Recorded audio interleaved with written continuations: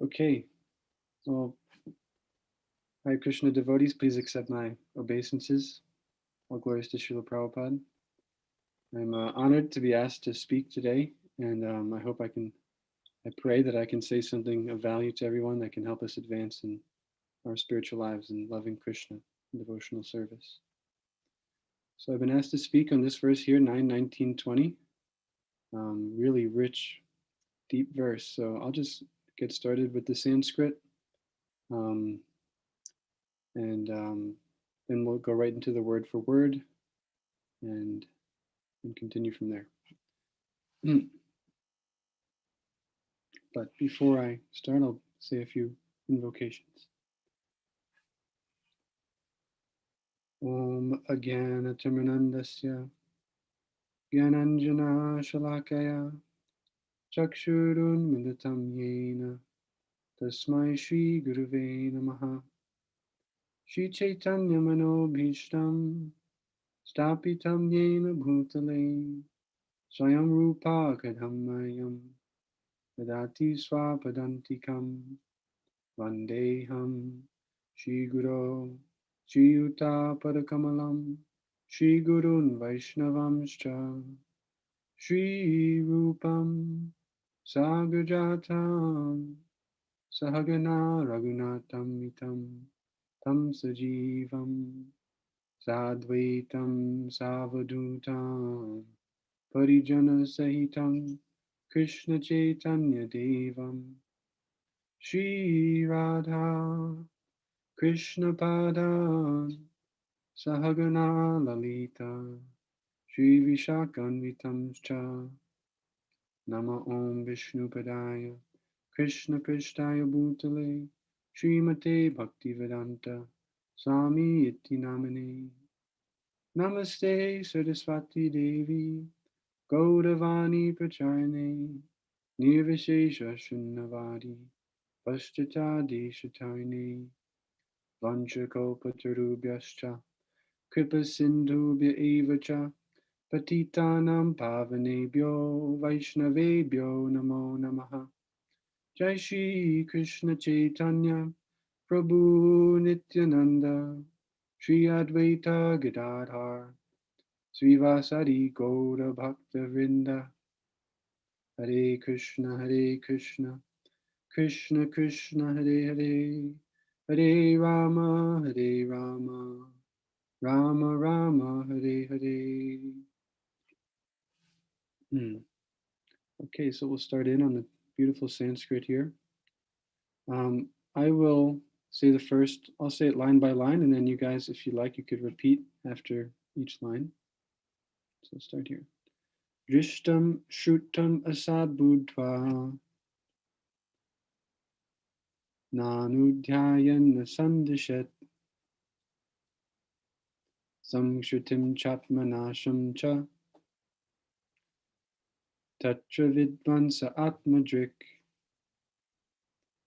Drishtam Shrutam Asad Buddhva Nanudhyayan Nasandishet Samshrutim Chatmanasham Cha Tatra Vidvansa Atmadrik. And now all together. Drishtam Shrutam Asad Buddhva Nanudhyayan Sandishet Samshrutim Chatmanasham Cha Tatra Vidvansa Atmadrik. Drishtam Shrutam Asad Buddhva Nanudhyayan Sandishet Samshrutim Chatmanasham Cha Tatra Vidvansa Atmadrik. Now the word for word. Drishtam, the material enjoyment we experience in our present life. Shrutam, material enjoyment as promised to the fruit of workers for future happiness, either in this life or in the next, in the heavenly planets, and so on. Asat, all temporary and bad. Buddhva, knowing. Na, not. Anudhyaya, one should even think of. Na, nor. Sandishet, should actually enjoy. Samshrutim, prolongation of material existence. Cha, and. Atmanasham, forgetfulness of one's constitutional position, one's own constitutional position. Cha, as well as, tatra, and as such a subject matter. Vidman, one who is completely aware. Saha, such a person. Atmadrik, self-realized soul. Translation and purport by His Divine Grace, A.C. Bhaktivedanta Swami, Srila Prabhupada Ki Jai.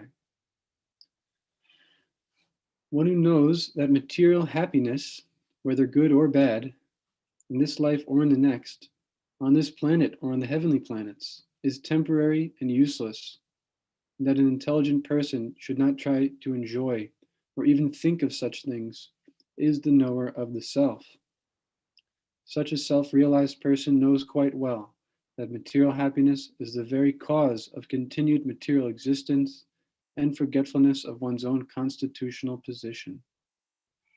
That's a very powerful verse. I'll just read it again one more time. There's so much there.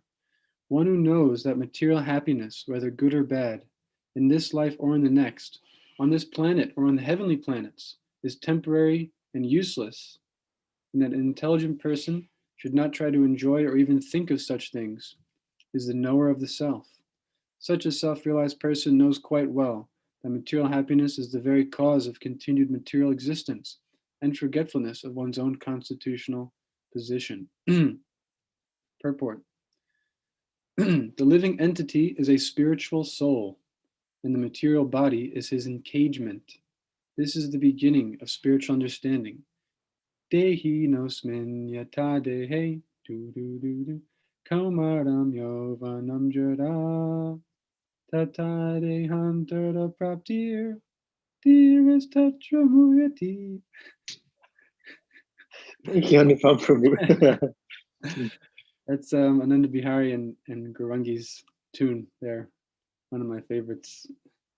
So good. As the embodied soul continually passes in this body, from boyhood to youth to old age, the soul similarly passes into another body at death. The self-realized soul is not bewildered by such a change. Bhagavad Gita 2:13. The real mission of human life is to get free from engagement in the material body. The real mission of human life is to get free from engagement in the material body. Therefore, Krishna descends to teach the conditioned soul about spiritual realization and how to become free from material bondage. Yada yada hi dharmasya glanir bhavati bharata. The words dharmasya glanihi mean pollution of one's existence. Our existence is now polluted, and it must be purified. Sattvam shuddhyat. The human life is meant for this purification, not for thinking of happiness in terms of the external body, which is the cause of material bondage.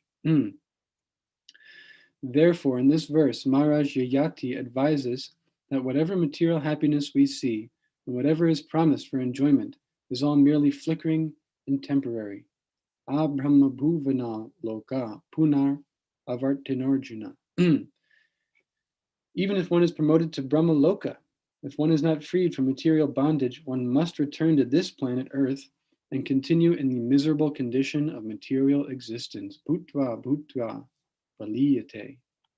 One should always keep this understanding in mind, so as not to be allured by any kind of sense enjoyment in this life or in the next.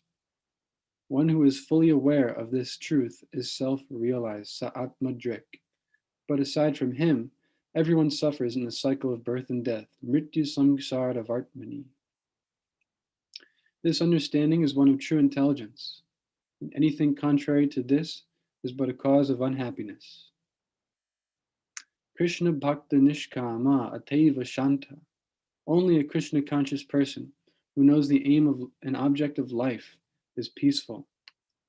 All others, whether karmis, jnanis, or yogis, are restless and cannot enjoy real peace.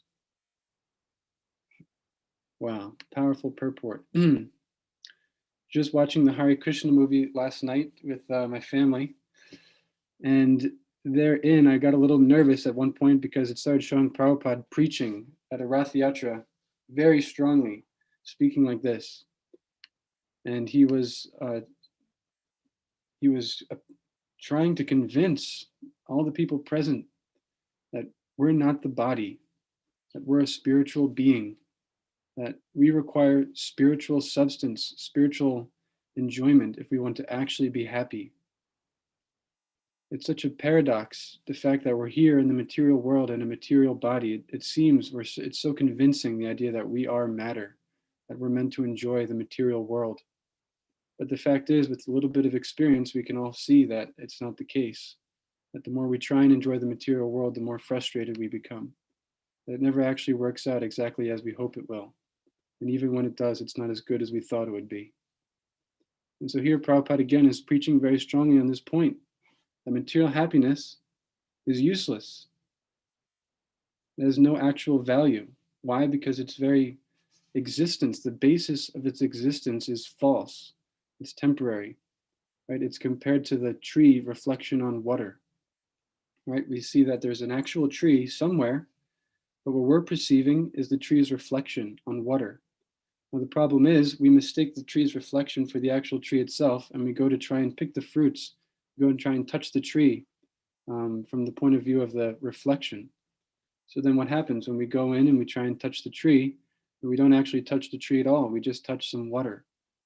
But we do get some kind of sensation, right? It's not that, we don't feel anything, but we feel some kind of stimulation, but it's not the real thing, right? So material happiness, what happens is we make contact with matter, thinking it to be something else, thinking it to be something that we can actually enjoy, that can actually make us happy.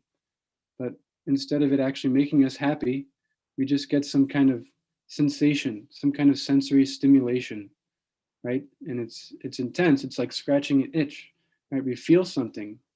By all, estimations, we can say, oh yes, we're definitely getting what we were after. But in reality, after some time, we come to realize that it was just an illusion, that it was just a kind of phantasmagoria. It wasn't the real thing, right? How can we know? Because we're not actually feeling satisfied by it, right? That's what we're all after. That's the idea of happiness, this feeling of satisfaction, of being content. But in reality, what happens is we experience something that gives us some sensation, but then it is immediately followed by some kind of dread that, oh, this is only going to last for so long. And indeed it does. And then when it goes away, then we're even worse off than we were before, because now we have a craving for it, whatever it was. Or it actually makes us sick in some way. If we overeat or we enjoy our senses too much, then we can actually become physically impaired for some time.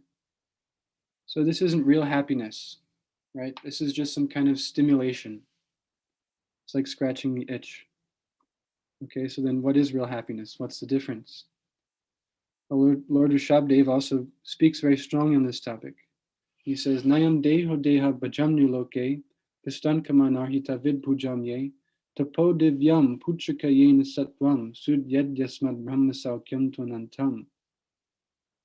Which means that, first of all, we're very privileged to have this human form of life, right? Because we can think critically, we can ask questions, we can find out what is real happiness, why am I suffering? So one who's attained this human form of life should not simply work senselessly, working hard day and night to try and satisfy the body, to try and give pleasure to the senses, right? Because that kind of so-called happiness, that kind of pleasure is available even to the animals, even to the lower species of life, the hogs and dogs. They're after the same exact thing.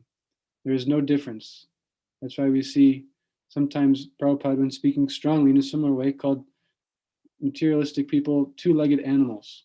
Why? It's not a derogatory thing. It's actually fact that these people are only after sense enjoyment, just like dogs and hogs. They have no sense of any kind of deeper happiness. So what is that deeper happiness? He says, Tapo divyam putraka yena satvam sudyad brahma saukyam tunantam. Tapo divyam. Tapo means austerity, and divya means divine, right? So it's not senseless austerity that we get this kind of happiness from. It's not, just working out or, going and working really hard, but tapo divyam, divine austerity, sacrifice, regulation for a higher cause, for the purpose of cultivating love for Krishna. This is what actually gives us soul happiness, right? We can even see it in a material sense that, if people are young And let's say there's two people. One wants to enjoy immediately, and so they spend all their time going out and partying and trying to, hook up and, just have a great time, right? And so they do enjoy a little bit in the beginning. Of course, it's tapered. They're getting the stick also from material suffering. It's also coming, but they are experiencing the sensation that they're after. And then we see, though, that in time, then it all falls off, and they wind up, not really successful materially. Whatever their partner was usually leaves them. They have unfulfilling relationships. They exhaust their life force all in their younger years. And then, that short-lived enjoyment gives way to just long-term suffering and regret. Whereas somebody who's a little bit more wise, you could say, at least in a material sense, they forego that immediate enjoyment for a long-term enjoyment, right? And so instead of partying all the time, they go to school and they get a good degree, and then they work really hard to get a job. And in the long term, then they have more so-called freedom, right? They can so-called enjoy more, go on vacation with the family. But even they, half of them will get divorced, and all of them will get diseased, and all of them will die eventually. So even that so-called enjoyment is actually suffering in the long term. But here we're seeing tapo divyam, divine austerity, right? That's the difference. Not working hard for nothing, right? Shrama evahi kevalam, not working hard with no actual result, but working hard with the aim of attaining loving devotional service to Krishna. This is happiness from beginning to end. It's not that we get something in the beginning and then in the end it sucks. It's not that it necessarily is all that bad in the beginning, and then at the end it's actually, once we really surrender to it, this idea of foregoing comfort, right? Of getting out of our comfort zone a little bit, of accepting some voluntary regulation. It actually becomes enjoyable, right? At least even more so than material sensations, because we start to get this deeper sense of spiritual self-confidence. We start to feel complete in ourselves because even on the mental plane, we know that we're living up to our potential, that we are going for something higher than what everybody else typically is going for, that we're being true to ourselves, right? We're not ignoring who we are. And so just the act itself of, say, chanting Hare Krishna a regulated amount of times every day, or feeding the homeless prasadam like Adi Purush Prabhu does. It's not comfortable, especially this time of year, to go out in the cold and deal with all kinds of people when you're not apparently getting anything immediately in return. But in reality, we understand that we are getting a lot in return, and it does make us happy. But it's not easy. It's not comfortable, right? The mind likes to say, no, no, no, no, no, no, no, definitely not. I want to stay in my room. I want to stay in my apartment, in my house, and I want to just go on my computer or just stay in my little bubble and be comfortable. And I'll make some food, and I'll lay on the couch, and I'll just won't just be disturbed at all. But we have to override that through wisdom, through realized knowledge, right? We can actually reason within ourselves that no, I actually am much happier when I perform a little tapo divyam, when I give up the immediate comforts for Krishna's pleasure, right? So that's the real thing also, is we're not just doing it for our own edification, for our own spiritual progress, but the ultimate goal is we're doing it to please Krishna. One might say, well, how does that work? Why would that be enjoyable anyway? Well, the fact is, of course, that like we're seeing here, we're spiritual beings. And more specifically, we're eternal servants of Krishna. And so as long as we're not acting in that relationship, as long as we're trying to enjoy materially, then we're not going to feel satisfied. There's going to be some lacking, right? There's going to be a hole that can't be filled no matter how much money we get, no matter how much material enjoyment we get. Whatever it is, it's not going to fill the gap. The only way to fill the gap is to actually start acting in accord with our actual nature, which is a loving servant of Krishna. It's the best job on the planet. It's good work if you can get it. Why? Because it's the most ecstatic thing. Krishna is, he's so ecstatic. I mean, if you read Krishna book and you start seeing his activities and his mood with the devotees, it's remarkable. It's like no other personality that could ever be imagined in the world. Why? Because he's the supreme personality of Godhead. He's all attractive. And so it's natural to love him, to lovingly serve him, not only because of his qualities and how attractive he is, but also because he loves us. He loves us so much that he's giving us this opportunity here in the material world just to learn how to love him again. Right? Lots of times parents, the kids get in a fight with them, they say, I don't want to see you ever again. And the kids are a little rebellious. And so the parents sometimes, are like, all right, well, get out of here, see you later. And good luck in life. I'm not helping you anymore. Right? But Krishna is not like that. He actually has love for us. So he's always with us as the super soul. And he gives us an environment. He gives us experiences that are specifically tailored to us so that we can actually grow, so we can learn from them and ultimately come back to him. So this is Krishna's personality. It's actually said in the first canto. Prabhupada says in 17th verse, Shunvatam Swakata Krishna, that Krishna is more anxious for us to come back to him than we could imagine. Krishna is actually anxious. Right? This is his personality. It's the supreme personality of Godhead. When else was Krishna anxious? When Rukmini Devi, one of Krishna's prominent queens, was writing a letter to him saying, I want to marry you. There was an arranged marriage already for her, Shishupal, who was he wasn't the most savory personality. But besides that, Rukmini really loved Krishna just from hearing about his activities. So she wrote a letter to him saying, expressing herself. And then Krishna sent a Brahmana back to her, and he told him to tell her that he hasn't been able to sleep at night because he's in anxiety about her. Right? This is the supreme personality of Godhead. He's not able to sleep at night because of his feelings toward his devotee. So who wouldn't surrender to Krishna? He's the best. It's a lot of fun. So could stop here for a moment and see if there are any reflections, anything you heard thus far that stuck out, and to add to the discussion.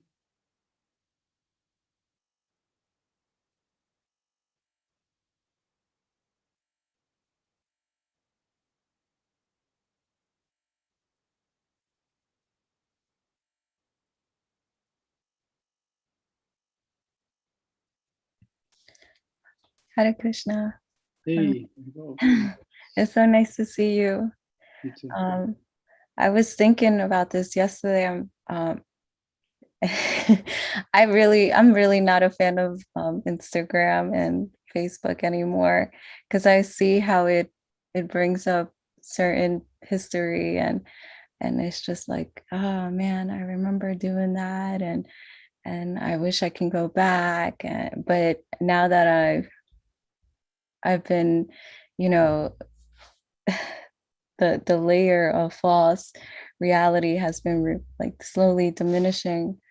It's very, it kind of hurts seeing so much truth now on how the body and the mind and how Krishna has created us. So and I was trying to pacify myself in a way by just speaking the truth and what I actually feel. And then it's like you said, it's very temporary. And but then I understand how my old version was very conditioned because due to experiences of childhood of what God was. So now that this whole perception has been brought to my attention, it's like, wow, like God really does love us. And so it's understandable as to why people reject certain beliefs, or they don't feel it. And it's so challenging, being able to like not see those scars when I'm voluntarily going onto Instagram and scrolling, and then I put, okay, please do not show this ever again. Please do not show this ever again. Like, we can customize it and edit, but then I'm like, it's like I'm still playing with fire either way. I don't want to play with fire. Yeah. And yeah, so I think that it would hurt for me to like delete my account, because I see also my son's pictures on Facebook and everything, like as a baby, and I'm like, there goes another attachment. So it's like so many things that come to the surface. But I always appreciate your class and your service for Krishna. Witnessing it is it's so fulfilling itself. So thank you so much for this beautiful class. Oh, thank you so much. Yeah, it's always nice to see you and your sincerity. It's inspiring to me. Yeah, just the first thing that came to mind was a story of Gajendra. He was an elephant, and he was in a celestial lake, I believe, and a pond of sorts. And a crocodile came and bit his leg. Okay. And then it said that as time went on, as they're fighting, as Gajendra's trying to get out of this situation, he was getting weaker, but the crocodile was getting stronger. The reason being was because he was in an uncomfortable position. He was in a position of weakness in the water, because elephants are not water animals. But the crocodile, because that was his natural habitat, because that was his position of strength, and he was able to continue getting stronger. And so then Prabhupada in the purport then explains to us that devotees should follow this example. They should position themselves in circumstances of strength where they know that they can be spiritually edified. And then by so doing, then you can gradually get stronger and stronger instead of getting bogged down weaker and weaker by our circumstances and external forces. And so, yeah, that's definitely something for me. I've realized too that Facebook and Instagram for me personally are not always, healthy. That I need to limit my time on them, and because otherwise it's very easy for the mind to just check out and just kind of rest in something that's not ultimately nourishing. It's like junk food, stuff. I guess you're feeding your mind something, but there's no nutrition.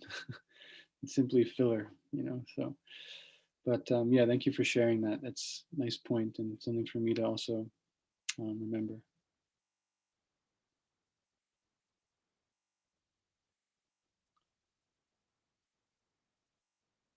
Okay, so Nona Bihari, do you have something to say? Or just check? No, I just wanted to encourage devotees to share their reflections. I see something in the chat. Athena says, amazing class, nourishing, real, relatable, and wisdom packed. Thank you so much, Hare Krishna. Thank you, Athena.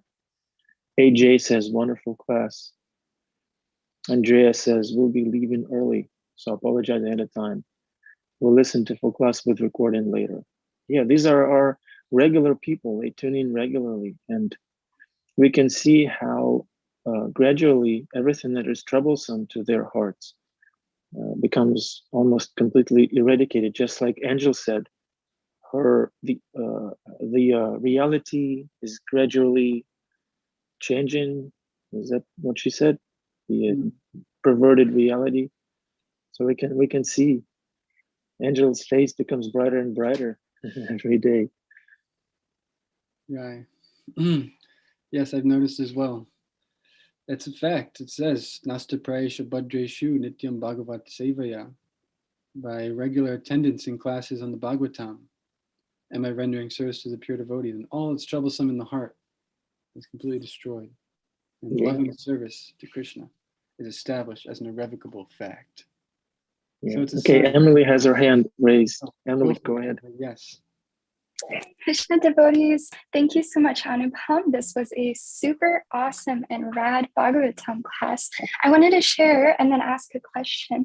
So the verse is really inspiring to me, and it's also really humbling.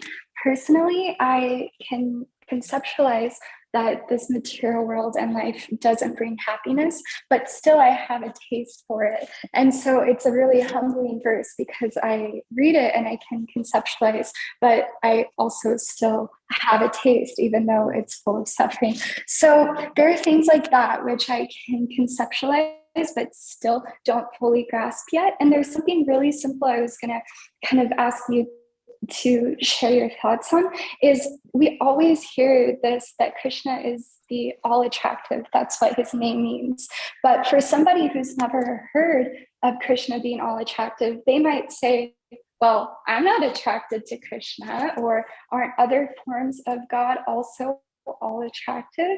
So what would you share on that point of not fully having realization that Krishna is the all attractive one? Yes, so it's understood we're in a diseased condition, just like one has jaundice and then they can't taste anything sweet. Similarly, we've been polluted, as it's described here. We're in a polluted state. And so because of that, we can't understand Krishna's sweetness. That's actually brought about because of our desire to be Krishna, because we want to be the controller and to be the enjoyer. And so then our mind, as a way to facilitate that kind of craziness, then makes it so we forget Krishna. We forget how amazing he is. So I think Prabhupada described it as, when we can't taste the nectar of the holy name, of associating with Krishna in that way, it's because it's almost like our tongue is wrapped in gauze and we're trying to enjoy a globjaman. And so, yeah, it's a matter of being covered over. And so then the question arises is, how do we uncover ourselves? And that's very explicitly described. One verse that comes to mind, really amazing. Shunile karibe chitter agyanari dosh Krishna gata preme habe paibe santosh. The Chaitanya Charitamrita, Krishna Das Kaviraj says, simply hearing submissively, this is especially in regard to the pastimes of Lord Chaitanya, simply hearing submissively will free one's heart from all faults of ignorance, right? This is the idea. This is why we don't understand Krishna to be who he is, the most all-attractive personality, because we're covered by ignorance or ignorance. We're ignoring him. We're ignoring his facts. So simply hearing submissively about Lord Chaitanya, about Krishna, and this is the message of the Bhagavatam, will free one's heart from all faults of ignorance, and thus one will develop deep love for Krishna. This is the path of peace, right? So one might say, okay, but how can I get this mood, right? How can I actually situate myself in a position, in a consciousness, in an attitude in which I can actually come to hear submissively, to love Krishna, to not forget him? Well, this is also answered by Lord Chaitanya to one Brahmana who asked him, when Lord Chaitanya was making his rounds around India, one Brahmana asked, who was so in love with him, he said, how can I remember you? How can I stay in this Krishna consciousness even when you're gone and I'm here, supposedly a worldly person doing my work and just being a so-called normal human being? And Lord Chaitanya tells him, just tell everybody you meet about Krishna. And then you will always remember him. You'll stay in that consciousness, right? And this is our whole process, that by engaging in Lord Chaitanya's Sankirtan movement, and we become purified, it cleanses the mirror of the heart. Not only that, but we actually develop love for Krishna, Supreme Personality of Godhead. And so I've brought in this song, Narottam Das Thakur, Shavna Shri Goda Mahima. And we see here, the fourth verse.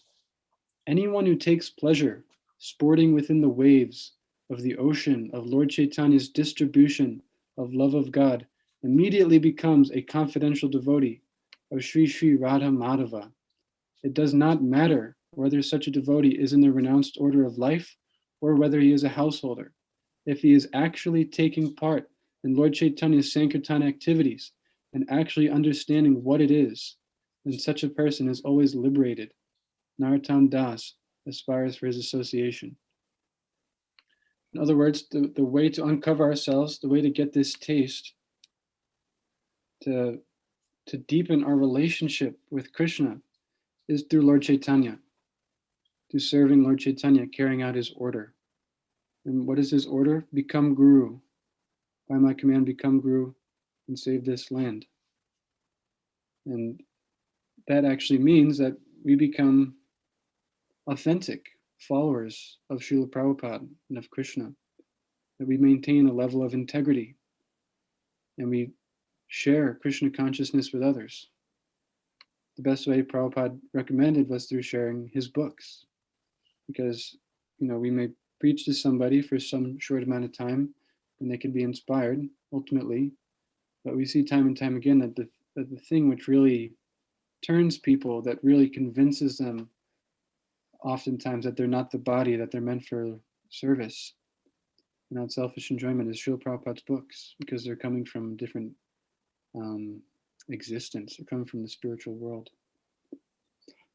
So it doesn't necessarily just have to be giving out books, but being in this mood of giving. That's Lord Chaitanya's mood. And so by imbibing that, then we become a true follower of Lord Chaitanya. And by so doing, as it's said here, by diving into the ocean of the Sankirtan movement, of distributing love of God via Lord Chaitanya's empowerment, then we surface on the shore of the pastimes of Radha and Krishna. So it's a fact that we can't give up lower tastes, or even the conception that lower tastes are good, so to speak, without a higher taste. So how do we get the higher taste? Is by getting the mercy of Srila Prabhupada and of Lord Chaitanya, Lord Nityananda. And how do we do that? It's by engaging in Sankirtan, distributing love of God through Srila Prabhupada's books, through Harinam Sankirtan, bringing people in some way. It doesn't have to be a proselytizing thing or a kind of preachy thing, but just out of love, in a loving way, you give it out. And Alan, do you have a question? Yeah, I just wanted to say, Anupama, hello. It's been a while since I've really seen you. It's a great lesson, down to earth. I really appreciate this. And you're one of the people who really inspired me on the path to Krishna. And I do hope that someday I could reach your level. Oh, well, I'm at a very low level. No. Don't aspire for that. Aspire for Adi Purush Prabhu's level. Yeah. I want to be high. But again, thank you. Hare Krishna. Thank you. So nice to see you. You inspire me as well. I hope I can reach your level one day. Okay. Suppose I'll leave the last couple minutes if anyone has anything else to say. I guess we have to go. Comments.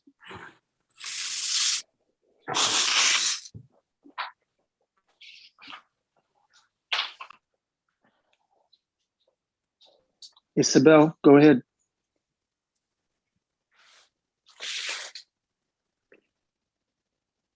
Uh-oh. All right. Do we have any reflections, angles of vision? Anyone?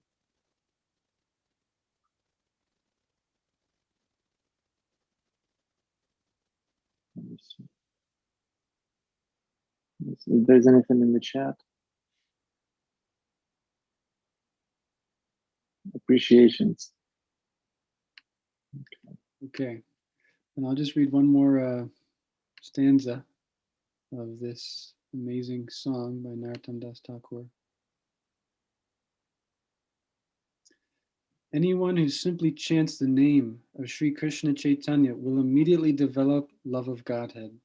I offer him all congratulations by saying, bravo. If anyone feels ecstasy and cries by simply hearing the transcendental qualities of Chaitanya Mahaprabhu, he at once understands the eternal loving affairs between Radha and Krishna.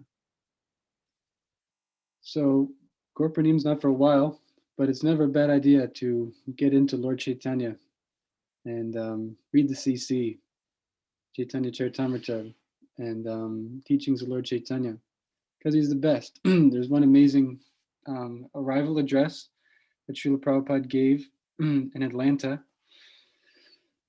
in which he was describing how Lord Chaitanya and Lord Nityananda are so kind that Lord Krishna, he comes, he's very kind as well, But he demands, he says, you surrender unto me. But Lord Chaitanya and Lord Nityananda do not demand. They're so kind. They're simply liberally distributing the fruits of love of God. This isn't available all the time in all the Divya Yugas or the Kalpas, the Divya Yugas. That is the 4 ages, Satya, Dwapara, 4,320,000 years. It's not available. This love of Krishna, love of Godhead, pure love, it's not always available. It's only available when Lord Chaitanya comes. So he's come and he's giving the highest thing, this prema, pure love for Krishna. So we should take advantage of this. It's not hard. It's just hard in the moment, maybe. Our mind says, oh no, don't go out. Don't tell that person. They're going to think you're weird. But they don't have to. If you do it in a very humble and loving and genuine and relaxed way, then 9 out of 10 are like into it. Not only are they not into it, but they are like, yeah, that's cool, and I want to know more. So Srila Prabhupada's recommendation is that we take shelter of Lord Chaitanya, and by so doing, we're guaranteed to develop love of Krishna, the highest form of spiritual realization. So I guess I'll end there. Thank you, everybody, for your kind attention and attendance. And thank you, Ananda Bihari Prabhu, for the opportunity to speak, despite my junior position, very lowly compared to everybody else speaking. But Hare Krishna, Anupama Prabhu. There's something in the chat for us from Bhima Prabhu. Let us remember Rukmini never saw Krishna before she gave her heart to him, just heard about him. Let us hear. Let us write a letter upon our hearts. Yeah, let us all write a letter to Krishna. Yeah, sometimes distributing books, do you ever get challenged? Show me Krishna. I never seen Krishna. Where is God? Where's that blue boy? What do you say to that? I'll just crack open the book and say he's right here, one of the pictures. But yeah, when someone asked Prabhupada that, how can you know Krishna's, show me him? And Srila Prabhupada said, what is your qualification to see him? So you have to become qualified. But we see in the Brahma Samhita, Premanjana, the one whose eyes are smeared with the pulp of love of God, they see Krishna everywhere. So first you have to develop this love for Krishna, and then we can see him everywhere. And also, one time Prabhupada asked his own disciples, how do we know Krishna is actually real? How can we actually be sure that Krishna is real? And so then there's some senior disciples, so they came up with these very deep answers. They're saying, we know Krishna is real because you told us, Prabhupada, you're the bona fide spiritual master, and you're here, you're telling us that he's real. And Prabhupada said, yes, but I could just be some old man. And then one said, oh, well, it says in the Bhagavad Gita, that Krishna is real and we should surrender to him. He's the supreme personality of Godhead. And Prabhupada said, yes, but that could just be some book. How do we actually know? And so then finally one devotee said, we know Krishna is real because when we chant his names with attention, with devotion, then we can feel Krishna, right? And Prabhupada said, yes, this is the correct understanding. So Krishna consciousness isn't a faith. It's not a matter of blind faith. It's actually a science. We're given this scientific procedure that we chant Hare Krishna. We follow the 4 regulative principles. We engage in Lord Chaitanya's Sankirtan movement in some way. And then we can actually see from those activities, am I developing these good qualities? And every now and then we may even be lucky enough to get a free sample, as it's called, where we get a little taste of what it actually means to experience Krishna, maybe in kirtan or in some other devotional practice. But it's a fact. We can actually get direct perception. That's what it says in the Gita, Pratyaksha. It's the king of education, the king of religion, because it gives you direct experience of the self. So this is available. We simply have to go and go all in. And the more we do, then the more we'll be able to experience. Angel, last thing. Yeah, devotional service can also just be a a nice, appropriate exchange with words and actions with all his children, everyone that we've come in contact. And I think that that's like important to mention, because a lot of people will envision it as, you know, rituals and stuff like that, and it's more, it has way more to do with that. It's also how one speaks to oneself, because in reality, how I address myself, I'm also like, Krishna lives in my heart, so we have to take care of us ourselves, and that's very important to Thank That's you. a good point. In Chaitanya, I'll just say real quick, in the Chaitanya Bhagavat, I was hearing that Navandas Thakur says that even if one disrespects an ordinary living entity, not even like a devotee, but even an ordinary living entity, then all his worship of God is useless, and he suffers great pains. And then Krishna says in the Bhagavad Gita that one who is a kind friend to all living entities is very dear to me. So that's totally correct. The idea is a true devotee is a gentleman, like Prabhupada said. Gentleman means you're kind, you're well-mannered, you're always in a mood of giving, you're not fault-finding. So we aspire for that consciousness. And by engaging in Sankirtan and chanting sincerely with attention, then we understand that it's just a matter of time before we attain it. So thank you, devotees, very much. Very honored and humbled to be here.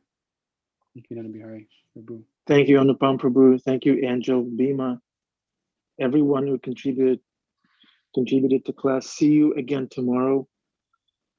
Krishna is real. Anupam just showed us Krishna's face by talking about him. Thank you very much, Anupam Prabhu. It was very vivid. I felt Krishna's presence in my life. Jai. Hare Krishna. All glory to Prabhupada. Srila Prabhupada ki jai. Gaur Bhakta Vrinda ki jai. Hare Krishna. Hare Krishna.